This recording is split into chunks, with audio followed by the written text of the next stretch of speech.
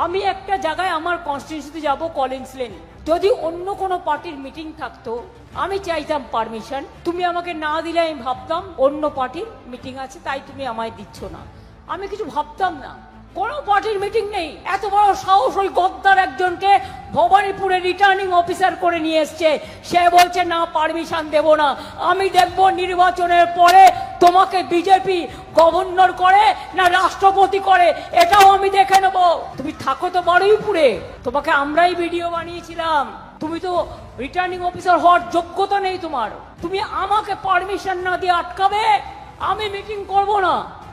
কিন্তু আমি চা খেতে তো যেতে পারি, কি মা বোনেরা, যে কোনো এরিয়ায় গিয়ে অ্যাজ এ ক্যান্ডিডেট আমি তো চা খেতে যেতেই পারি। তুমি আমার চা খাওয়া বন্ধ করো তো, সাহস থাকলে দেখবো, বন্ধ করো। আমার মিটিং করার দরকার নেই, আমি একটা এলাকায় গিয়ে একটা রাস্তায় গিয়ে বসলেই সব চলে আসবে। ইটের জবাব আমি পাটকেলে দিই। আবার বলছে ইলেকশনের দিন 3টে ওয়ার্ড বেছে নিয়েছে, 74 নম্বর ওয়ার্ড আমার কনস্টিটিউন্সিতে, 77 নম্বর ওয়ার্ড আর 63 নম্বর ওয়ার্ড, ফোর্স লাগিয়ে সেন্ট্রাল ফোর্সকে দিয়ে ছাপ্পা করবে। এমন ধাপ্পা দেব না, বুঝবে ঠেলা, ধোকার ডালনা খাওয়াবো, আর বিচুটি পাতার ঝোল খাওয়াবো, আর নিম পাতার চাটনি খাওয়াবো। তুমি আমাকে চেনো না, যেখানে তুমি গন্ডগোল করবে আমি গিয়ে হাজির হব।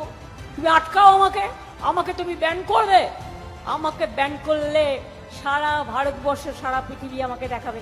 আমি ঘরে বসে সত্যাগ্রহ করব, আমার বাড়ির বারান্দায় বসে, সারা দেশে তোলপাড় হবে, সারা বিশ্বের তোলপাড় হবে, আর তোমাদের হল্লাবাজি, তোমাদের হুল্লোড় আর তোমাদের হল্লাবাজি, হল্লার দলকে আমি ঘরে ঢুকিয়ে ছাড়বো।